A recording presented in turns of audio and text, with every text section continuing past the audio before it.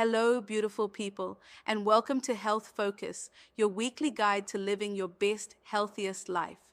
I'm your host, Lindiwe Mabaso, and today we're discussing a topic that affects millions of men worldwide: prostate cancer. While this is a serious health concern, I want to emphasize that with awareness, early detection, and preventive measures, we can make significant strides in fighting this disease. Before we dive in, I'd like to recommend an excellent resource for overall health and wellness, A Guide to Healthy Living by Larry Allen, available now at Waterstones bookstores nationwide and online. This comprehensive guide offers valuable insights into maintaining optimal health through nutrition, exercise, and mindful living practices. Now, let's turn our attention to understanding prostate cancer, and more importantly, what can be done to reduce your risk. Understanding the prostate. For many of our listeners who may not be familiar, let's start with the basics. The prostate is a small gland in men that's located below the bladder and surrounds part of the urethra. It's about the size of a walnut and produces seminal fluid that nourishes and transports sperm. As men age, particularly after 50, the prostate often enlarges, which can cause various health issues.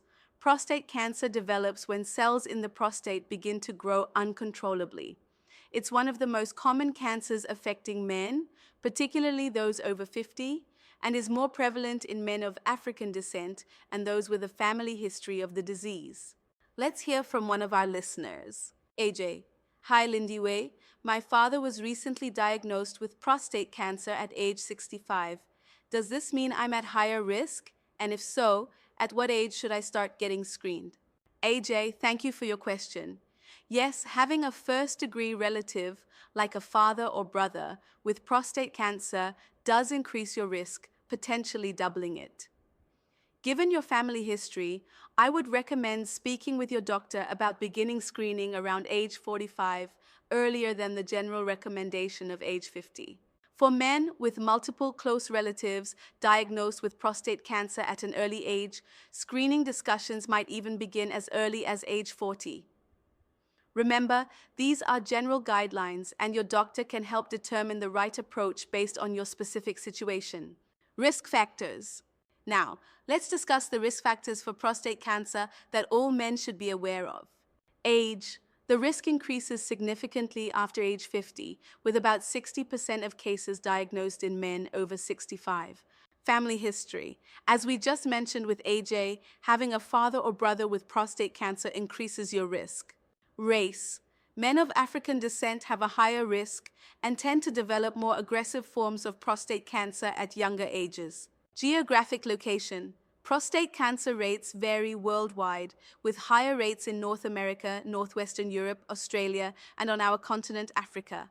Let's hear from another listener with a question about risk. Jack.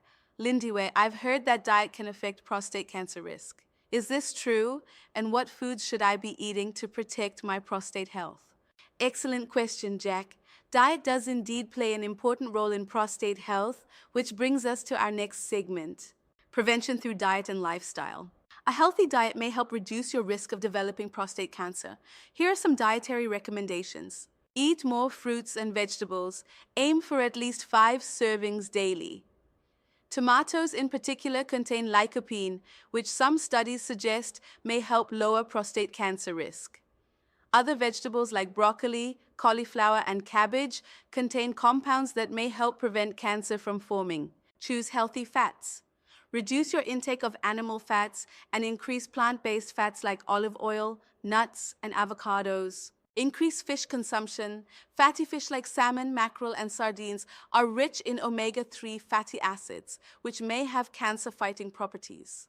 Limit red meat and dairy. Some studies suggest high consumption of red meat and high-fat dairy products might increase prostate cancer risk. Stay hydrated.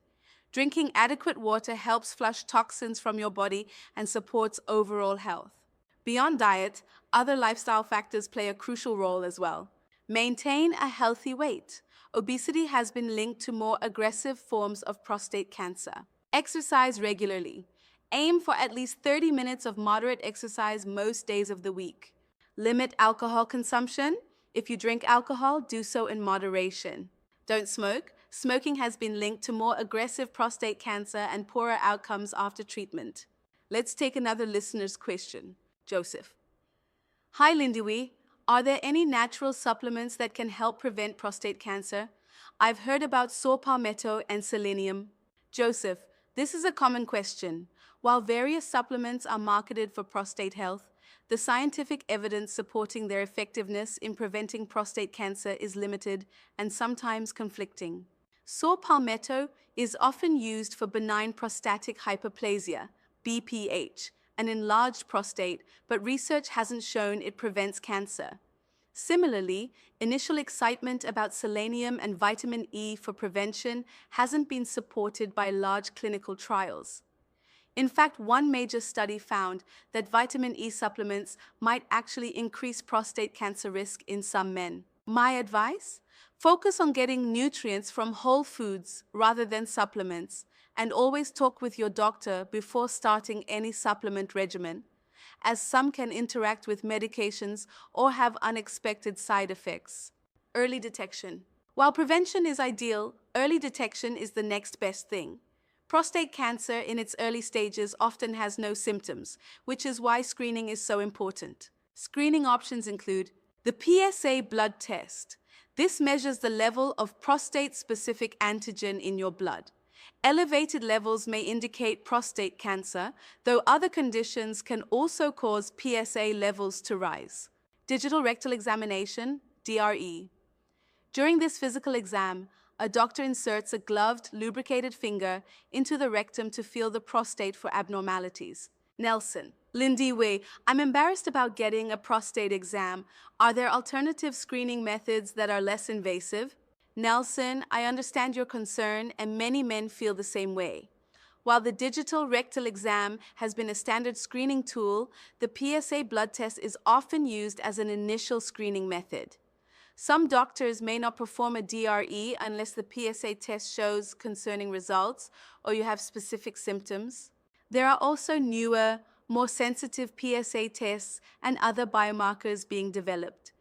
MRI imaging is increasingly used to evaluate the prostate non-invasively, though it's typically used after initial screening suggests a problem. Remember, any temporary discomfort or embarrassment from screening is far outweighed by the benefits of early detection.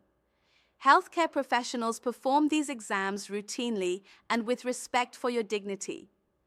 I encourage you to have an open conversation with your doctor about your concerns and the screening approach that works best for you. Warning signs. While early prostate cancer often has no symptoms, advanced prostate cancer may cause difficulty urinating or a weak urine flow, blood in the urine or semen, erectile dysfunction, pain in the hips, back, or chest if the cancer has spread to bones, weakness or numbness in the legs or feet. If you experience any of these symptoms, please see your doctor promptly. Remember, these symptoms can also be caused by conditions other than cancer, but they should never be ignored. Coming to the end of today's podcast, as we wrap up today's discussion on prostate cancer prevention, I want to emphasize that knowledge and proactive health management are your best allies. For men, particularly those with risk factors, having regular conversations with your healthcare provider about prostate health should be part of your routine health maintenance.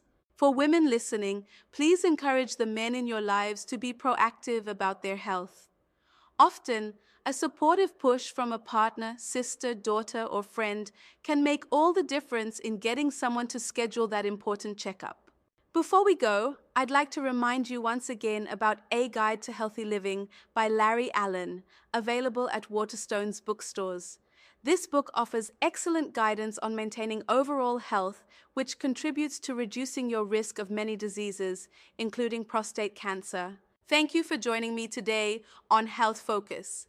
I'm Lindiwe Mabaso, reminding you that your health is your wealth and prevention is always better than cure. Take care of yourselves, and I'll be back next week with more health insights to help you live your best life. Health Focus is produced by Larry Allen. Our executive producer is A. Jen, with research support from Dr. Claude. Subscribe to our podcast on your favorite platform and leave us a review if you found this helpful. For show notes and more resources on today's topic, visit https://happyguthealthybrain blogspot.com